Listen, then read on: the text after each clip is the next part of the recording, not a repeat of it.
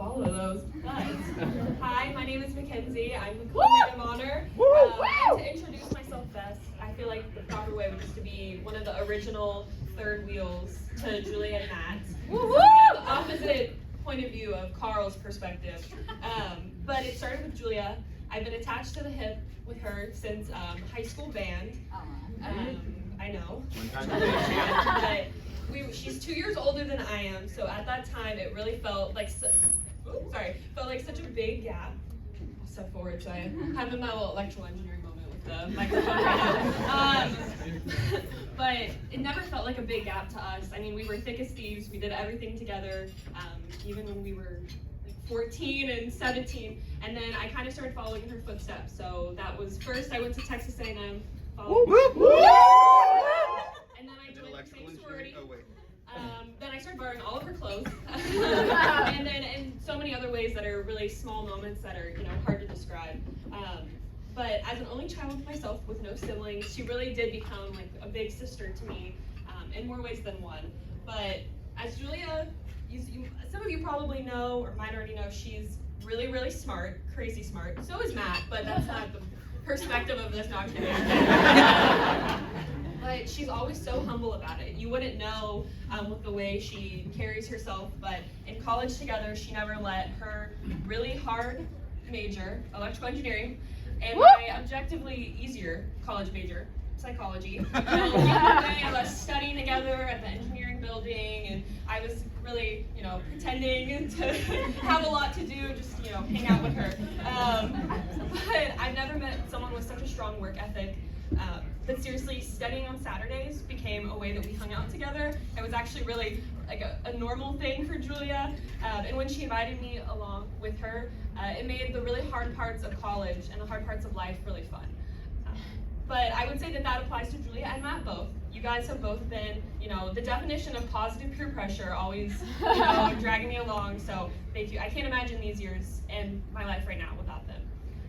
But kind of to piggyback off of Carl, one of my first memories of Matt was when Julia invited her engineering classmate to come study with us, who was just a friend. And coincidentally, at that time, Julia and Matt had every single class together. Actually, yeah. Something's up with this. I don't think that that's maybe usual.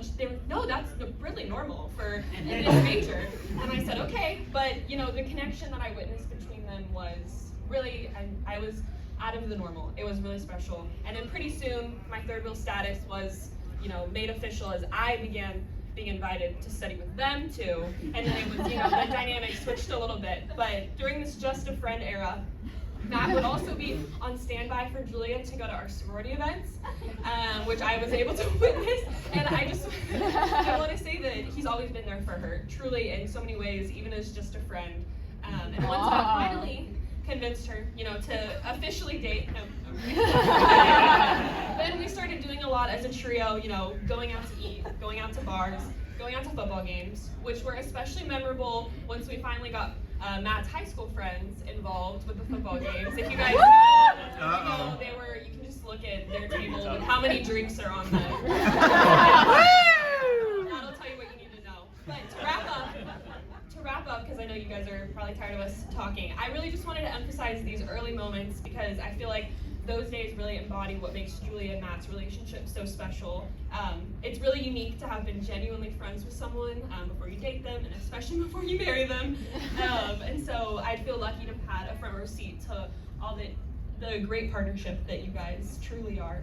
To Julia, I love you. I love that we've done so many phases of life together. And thank you, Matt, for taking great care of her and always letting me tag along. I love you both so much, and I can't wait to see what the future holds. So, in conclusion, cheers. That's how you do some speeches right there. Good job, you three. Excellent work. Hey, we're going to do a daddy-daughter dance, followed by another son dance, followed by some dance floor, maybe a little Aggie Warhammer. Oh, yeah.